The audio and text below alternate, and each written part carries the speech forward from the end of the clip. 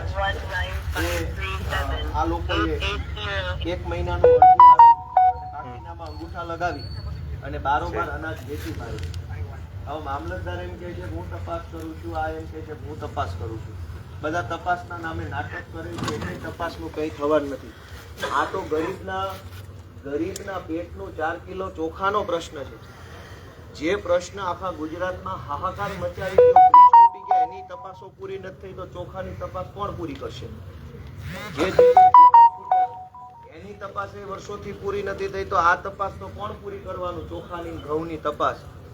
જે ઘટનાની અંદર કરોડોનું ડ્રગ્સ પકડાય છે, ગુજરાતનું યુવાધન બરબાદ થાય છે, એની તપાસ થતી નથી તો આ તપાસ તો એટલે આ બધા તપાસના નાટક રચીને આ મુદ્દાને ભૂલવાડવા માટે જનતાની નજરમાંથી પેલું કરવાની કોશિશ કરે છે. પણ મારી લાગણી એવી છે કે ગરીબોના પેટનો એક કોળિયો છીનવાઈ જતો હોય તો આપણે એને જોઈ ન શકીએ, જોઈ ન રહેવાય. આપણે એના માટે સંઘર્ષ કરવો પડે, લોકશાહી ઢબે આપણે અવાજ ઉઠાવવો પડે. એટલે મારી લાગણી એવી છે કે જ્યાં સુધી તપાસ પૂરી ન થાય, એફઆઈઆર ન થાય, ત્યાં સુધી હું અહીંયા પોલીસ સ્ટેશને બેસી રહેવા માગું છું.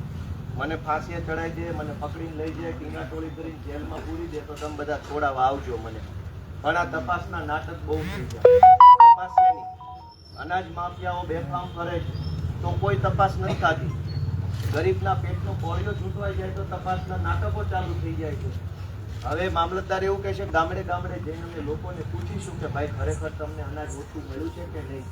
હવે ગરીબ માણસને તો ધમકી મારી દીધી, જો તે નિવેદન લખાવીશ તો તારું કૂપન બંધ જ કરી દઈશ.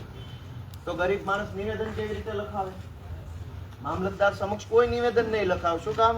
કે ઓલો દુકાનવાળા માણસ અથવા મામલતદારના માણસો અથવા જે અનાજ માફિયા ગુંડાઓ છે એ ગુંડાઓ આવીને ગામમાં અગાઉ કહી દીધું છે જે લોકો નિવેદન લખાવશે એનું કાર્ડ અમે બંધ કરી દઈશું.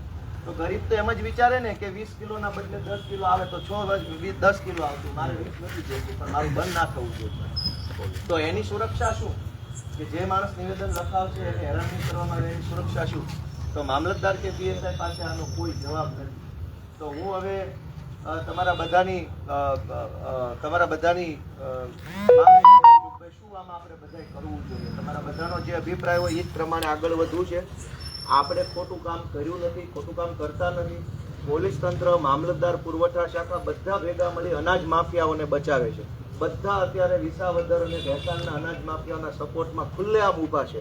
વટથી ઊભા છે, બેશરમ બની ઊભા છે. હી કરીને દાંત કાઢે છે આપણી સામે કે તમે શું ઉખાડ લીધું માફિયાઓનું. આપણે માફિયાઓની વિરુદ્ધમાં લડવા આવ્યા છીએ.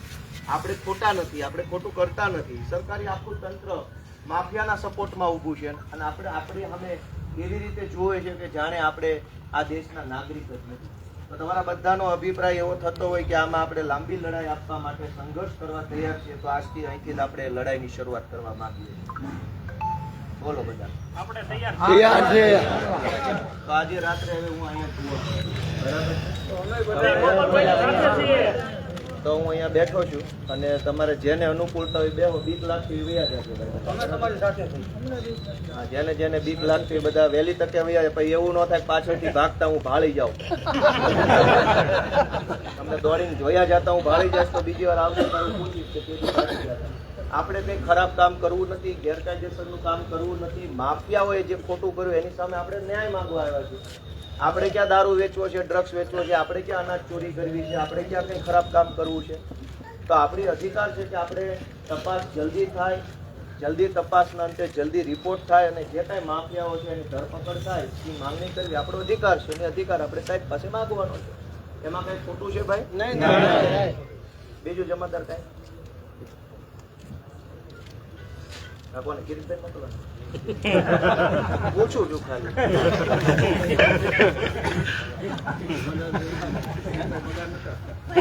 કામ તો એનું થાય છે ને એટલે પગાર તો સરકાર આપે પણ કામ જય ગોપાલ, જય ગોપાલ, ભારત માતા કી જય. તમે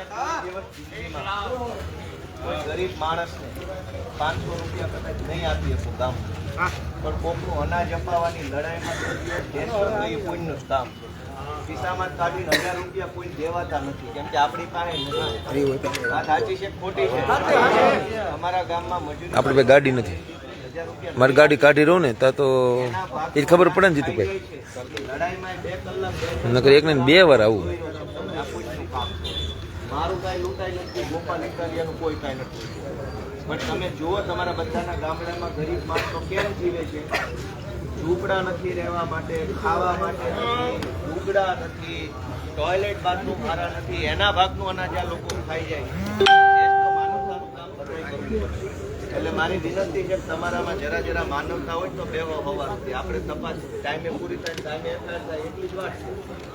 આપણે અહીં બેસશું તો તપાસ જલ્દી થાય, ઘરે વયા જાઉં તો બોલી બ્રિજની તપાસ એટલા વર્ષ હાલે. આવી વરાળ છે તો ક્યાં સુધી આવી લાચારી ભોગવવાની છે બધાએ?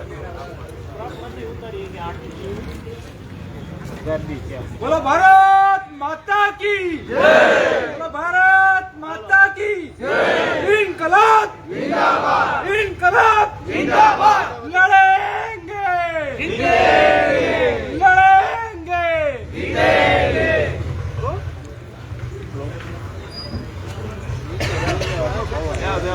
જઈ જાવ એટલે પવન આવે થોડો.